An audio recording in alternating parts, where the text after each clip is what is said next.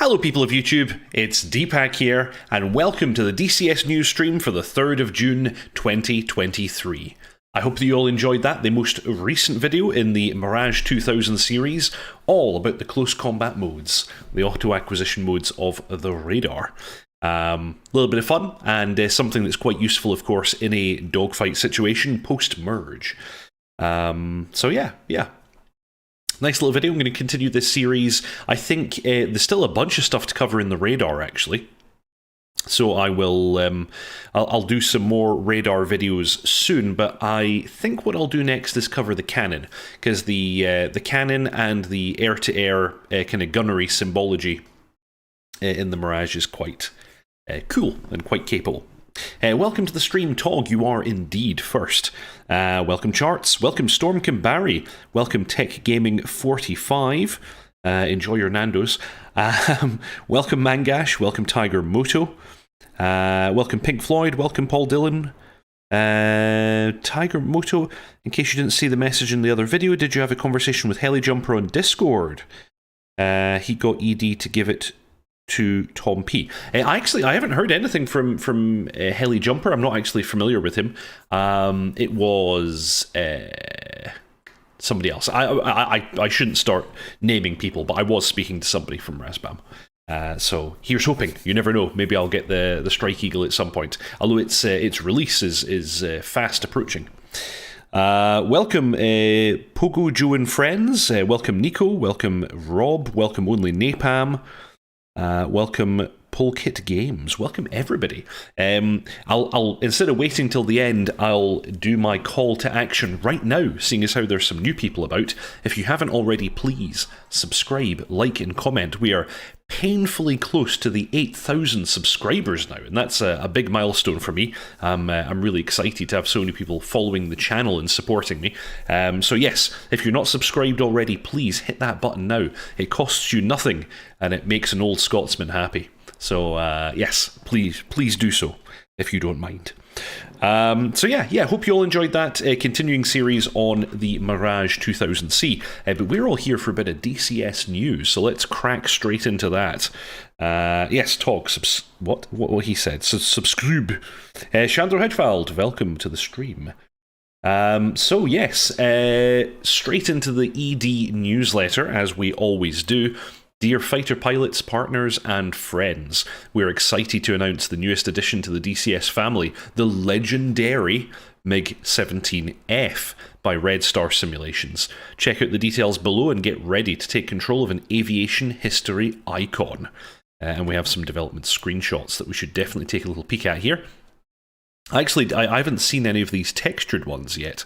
I'd only seen the untextured renders that had been posted so far. This looks nice. Nice kind of early Soviet color scheme in the cockpit. Always nice to see. Very familiar looking instruments. Of course, pretty much all Soviet aircraft had the exact same instruments. JP Gibbons, welcome to the stream. Channel Right, also welcome to the stream. And what I'll do, while we're looking through these screenshots, I'll let you know that I'm doing that cheeky little thing again. I have a bonus video. This one's a small bonus video for the Mirage 2000C. If we can hit 50 likes on this video during the course of this stream, I will immediately set an additional bonus video live.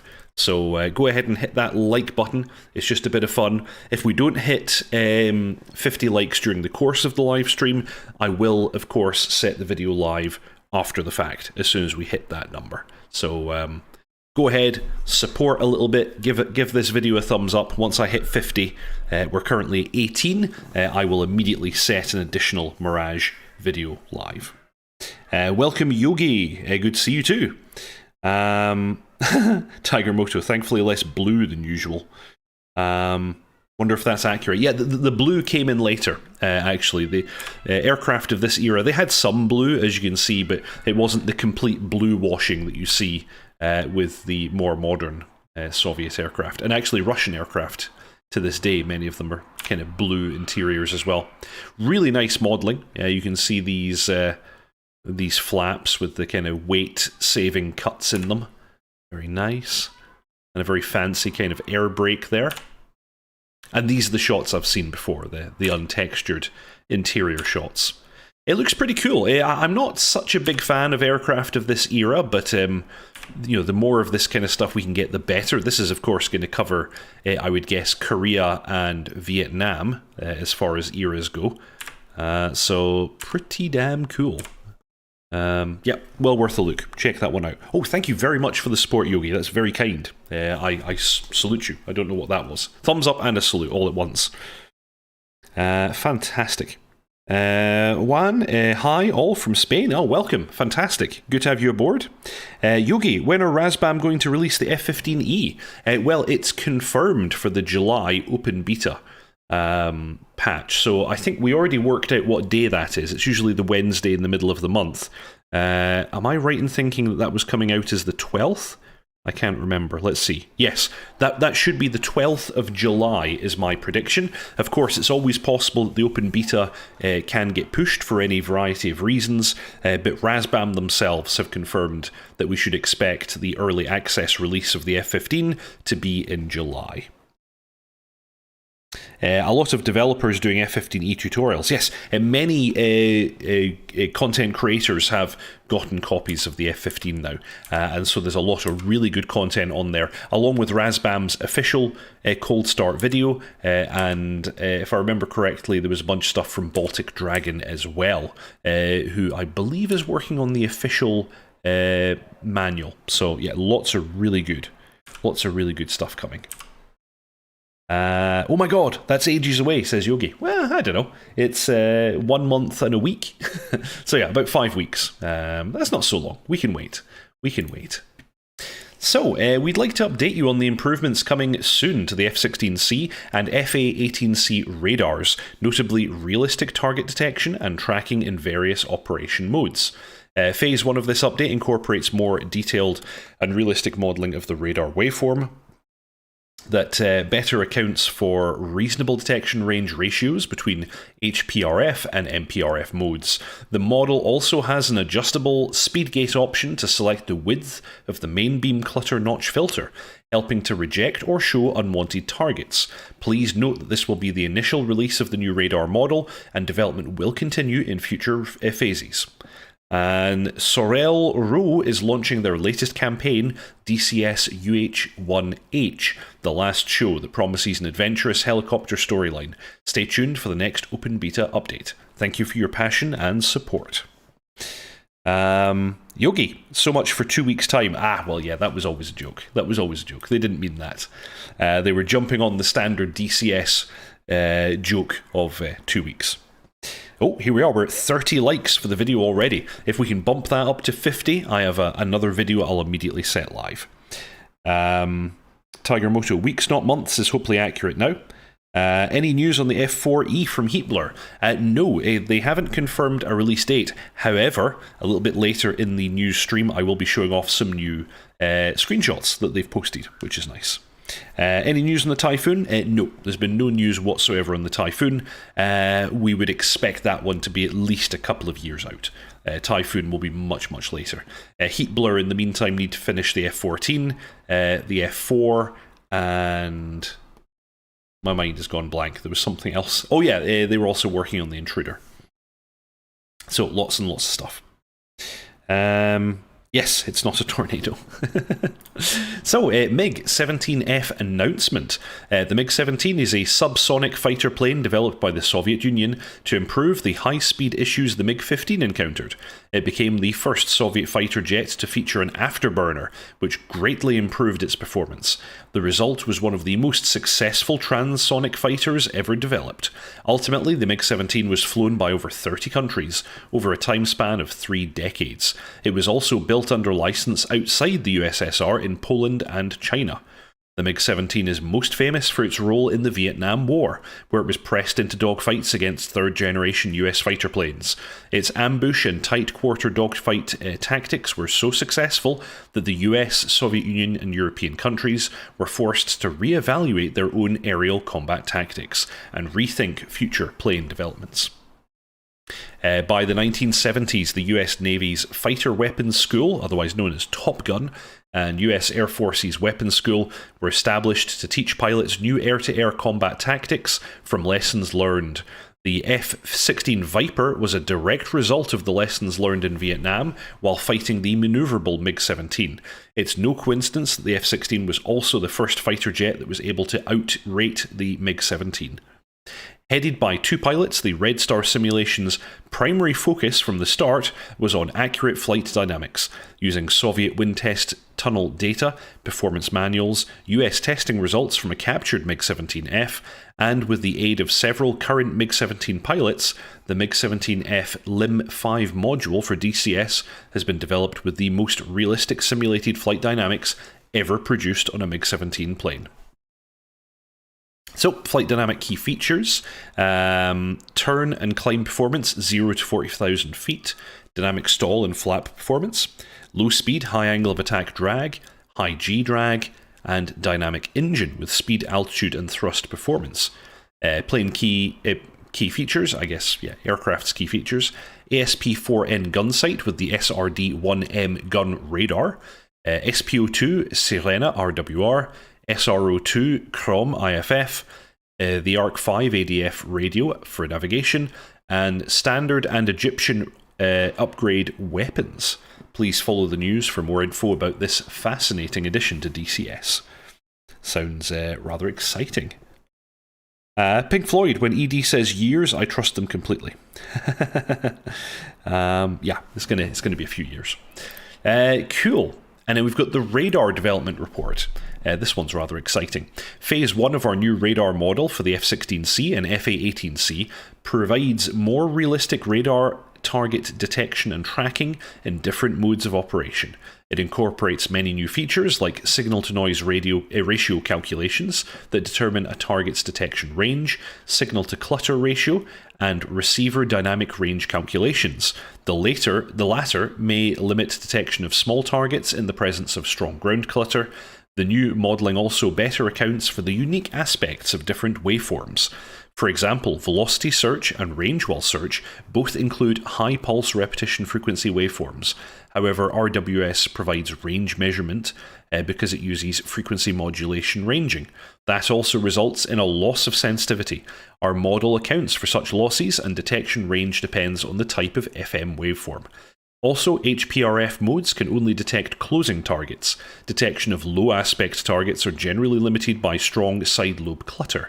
The medium pulse repetition frequency mode has 8 distinct waveforms, whereas the use of so many waveforms can cause a proportional reduction in the signal-to-noise ratio, thus a reduction in detection range relative to HPRF. It does provide all-aspect target detection, aside from beaming targets that may be obscured by the main lobe clutter. Phase 1 of our new model accounts for those effects and faithfully models the detection range ratio between HPRF and MPRF modes. Sounds like they're getting quite advanced with this, which is very, very nice to see. Shotgun Dexter, enjoy your DCS newscast, my first choice in DCS streams. Thank you very much, that's very, very kind. Please remember to subscribe, like and comment, and if we hit 50 likes on this video during the course of the stream, I will immediately set live a bonus Mirage video. Yogi, will the new radar either improve or nerf the F-18 radar? I think for most situations it won't make that much difference, but it will create kind of edge cases where I imagine the radars for both will be less effective. Tiger Moto, Razbam make more accurate pilot models, ED make new pilot models, Razbam makes more accurate radar, ED improve their radar. I know correlation doesn't equal causation, but it appears that way. Well, yeah, of course, all of these aircraft module makers are kind of pushing the envelope and forcing other module makers to reevaluate what they're doing and up their game. So, as always, competition is very good.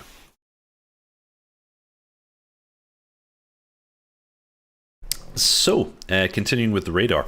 Another new feature is an adjustable speed gate option. This provides the ability to select the width of the main beam clutter notch filter that adjusts the threshold of minimal radial velocity that can be detected. This may assist in filtering unwanted slow targets. Upon Phase 1 release and tuning, we will implement Phase 2 that will include the effect of radar azimuth and bar settings on detection ranges, and the inclusion of more accurate look-down radar performance. So, coming soon. Moving on, UH-1H, the Last Show campaign. The Huey Last Show is a fictional story-based campaign that will test your skills as a helicopter pilot. In 15 missions, you'll be facing various challenges and various missions while confronting the forces of the Soviet Union. The campaign features 15 story-driven missions, over 2,000 voiceovers, and late 1970s units. A full-scale conflict will progress throughout the campaign, and you'll be required to complete various missions. SAR, ResCap, Gunship, Transport, SOC Ops. Also included are detailed briefings, keyboard files, and supporting documentation for each mission. Stay tuned for the upgraded airborne radar and the new DCS UH-1H Huey campaign in the upcoming DCS Open Beta update. That's really cool. So they're suggesting that actually this Phase 1 radar update is going to be with us already in the June update, which will be landing fairly soon. So, great excitement. So that was the Eagle Dynamics newsletter for this week. We also got a post on their Facebook from Heatblur. This is with relation to the Phantom, the F4. Let's see if I can actually... I can't actually get rid of this... Facebook advert at the bottom, which is a bit annoying. But in any case, we've got some new screenshots for the Phantom F4 from Heatblur. These are looking very, very nice.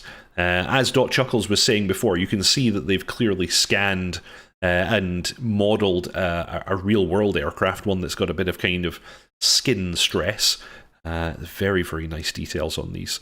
And I'm assuming that these are in-game. I also quite like the details on the back of these pylons here. I'm assuming that this is RWR sensors. Maybe something similar to what the M2000C has on the back of its Magic 2 pylons, where it has its missile launch detectors. These look more like RWR elements and maybe chaff and flare dispensers? I don't know. There's something certainly hanging from these pylons. It's very cool. Very, very nice indeed. Complete with a targeting pod and laser-guided bombs. Yogi, what do you think of micropros getting back into the combat sun environment? Do you think they will cause ED some competition? Hard to say. Hard to say. I really don't know. Oh yeah, very true. These pictures are on Stormbirds as well, which might be a better way to see them without having the bloody Facebook thing at the bottom. So yeah, this was the most recent post on Heatblur's Facebook. Again, I'll say it, please, developers, don't use Facebook, it sucks. So yeah, that was their most recent one. We also, this is really very cool, I'll play this, but I'll need to mute the audio because it's got some copyright music. But the Maverick Legacy Pack, Heatblur, I think it was Heatblur that made this, put together a really nice video. Kind of advertising the Maverick pack, and it's really, really nice. Like the visuals, the audio design, and the story and voice acting are really, really cool in this. It's well worth a look.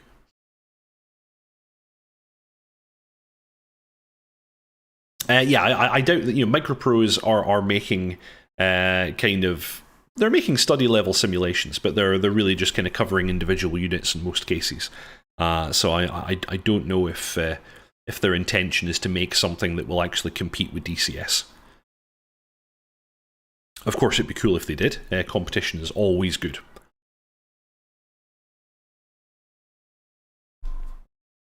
Got this F-14 Rio playing with his fishbowl. Some nice squadron patches there on that pilot. So yeah, this is this video, they're demonstrating Hornets doing a strike against a power station.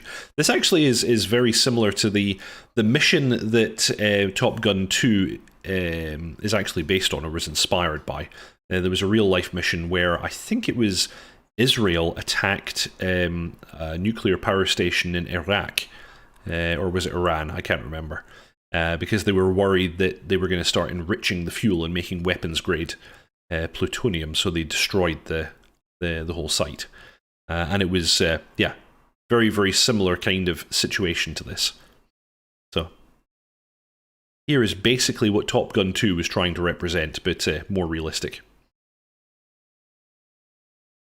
Some big bombs. So yeah, this is well worth a look. You know, it's a cool offer, of course, to get the F-18 and the F-14 at reduced price. Oh, thank you very much, Nico. It was Iraq, the Iraq reactor. Yes. So yeah, this again looks like it's based on that real life mission, where an Iraqi nuclear power station was basically blown up because they were worried that nuclear weapons were going to be manufactured. Channel right, there's quite a few maps pending for DCS. The Sinai map should be out soon, looks almost complete from reviews. Yeah, my understanding is Sinai could drop any time now. This is coming very soon indeed. So yeah, this video is just advertising this reduced price for the F-14 and F-18 when purchased as a pack. Well worth a look. I think they've done a really nice job of putting this together. It looks great. Moving on, we also have a post from Polychop Simulations. I was talking about this in the previous weeks, that the flight model update to the Gazelle is coming very, very soon. And Polychop just yesterday actually made a big post all about it, including the complete changelog, which is really, really exciting. So yeah, with the release of the upcoming SA342 Gazelle, we will be updating you about what to expect in the first iteration of what started out as a flight model update over the next few days. Starting today by publishing the changelog that we've accumulated so far, the changelog is subject to change, and even today we're still working on new features and fixes, but should be indicative of the scope of this update. With this announcement, we'd also like to reach out to all mission creators to emphasize the fact that we're trying to reduce the amount of Gazelle variants available in DCS World by essentially combining these versions. In the upcoming patch, the SA342 Mistral has become redundant and is now only available as an AI aircraft to ensure mission compatibility. The SA342 Gazelle has essentially been absorbed by the SA342L, which is now much more modular, is able to be outfitted with the Mistral ATAM system. We ask mission creators to be aware of this change and update their multiplayer missions accordingly. We apologise for the inconvenience. And then we've got this changelog. I probably won't read out the whole thing, but I'll shout out things that are most interesting. External textures are being updated to the PBR standard. We've got canopy raindrops now. Interior lighting and reflections have been updated. We have a completely rewritten flight model, overhauled engine and rotor behaviour, updated mass and payload parameters. Many new behaviours added or reworked, such as ground effect, flap back, blowback, retreating blade stall, density altitude, ETL. Engine surge effect from rapid collective movement has been added. Force feedback support is added. They've removed easier controls and rudder trimmer. They've got some new ways of working with the trim. They've updated the controls indicator. They've added network animations, implemented the IFF panel, so that might be quite good if it's supported by SRS. Updated autopilot system. They now have the kind of real-world CSV and ALV modes, which are heading line and auto hover. Autopilot master switch will not engage if pitch roll and yaw SAS are disabled. You can carry smoke for doing displays. They've added a tablet for navigation. Really, really cool. Really, really cool. And yeah, we now, the 342L can now carry the Mistral, the Hot 3, HMP 400 gun pods, which are 50 cal gun pods, and the GAT M621 20mm cannon. Replaced the Vivian screen with periscope sight. Lots of stuff. And then 342M is still present, the version with the Vivian and the Hot 3 missiles, so that's pretty cool. The Mistral is gone, but you can carry Mistral on the 342L now, and the minigun version is still there. So you have the option of flying around with a giant minigun. Pink Floyd, would a big city like Cairo hit the GPU or CPU more? I honestly don't know. It's definitely going to be a struggle anyway, I would say. And here we go. Here are some screenshots that were released at the same time as that changelog. These are external shots with the new PBR textures. The aircraft is definitely looking more real. The lighting is all looking kind of much, much nicer. Well, that's the Kiowa. I guess they're teasing the Kiowa as well. Of course, we're desperate to see that one. But yeah, here's a single shot demonstrating what the new PBR textures will look like. Mole, wonder if removing the doors changes the damage model or not. Being able to get fully external audio would be nice. Well, it does change the audio, that's for sure. It always did in the Gazelle, in fact. Dismounting the doors or even just opening them did change the audio. I would suspect, although I don't know for sure, that it will also change the center of gravity and the weight of the aircraft. So, yeah, I'd be surprised if they weren't modelling that, because they seem to model all of that stuff when you're kind of adding or removing equipment from the helicopter. A quick reminder, everybody, if we can get this video to 50 likes, I will immediately post a bonus video for the Mirage 2000C. So, got one more video to post today once we hit 50. So that's the update for the Gazelle. This is confirmed for the next open beta update. So we're getting this in as little as kind of, well, just over a week, basically. We'll be getting this in just over a week. So we could do the standard DCS World just 2 weeks to go thing. So very much looking forward to that. And then Magnitude 3, again on Facebook, posted some more images of the F-4F. Again, I have to call it out every single time I have this on screen. The texturing looks amazing. Just looks absolutely brilliant. Really, really nice. Get it to 50, guys. Hello, Irish Pat. Welcome to the stream. Yeah, just look at this thing. Rockets and bombs and scratchies and dents. Looking brilliant. Very, very nice indeed. I remember there being one of the gun sight as well. Do we not have the picture of the gun sight? No. Okay. Maybe that was just on Stormbirds that I saw that. Oh well. So, yes, there you go. Some fantastic screenshots of the F-4F to round out the show. 7i5, maybe I'll actually buy the Gazelle finally. I rather like it. I've been flying it like basically non-stop since it came out. Yes, the flight model can be a bit funny in places, but if you fly the aircraft within actual limits, real-world limits, then it's completely flyable and completely normal, and a lot of fun, I would say. Really, really good aircraft to fly, and it can be used in so many different ways. In 3 Squadron in the VAF, we make use of it as a scout helicopter, which is a lot of fun there. Oh, just 3 more likes. Amazing. Well done, everybody. That was quite a bump there, yes. If we can get the video to 50 likes, I'll immediately post that bonus Mirage video. You'll all be wanting to see that. It's only a shorter one. It's just a small video, but well worth a look. So, yes. I think this is probably the point at which, as always, I will pimp the VAF, as I often do. But before I do so, I'm looking for my VAF pimping video, which I've just managed to find it here. I will play it this time without the audio, because sadly the audio that we have on this video is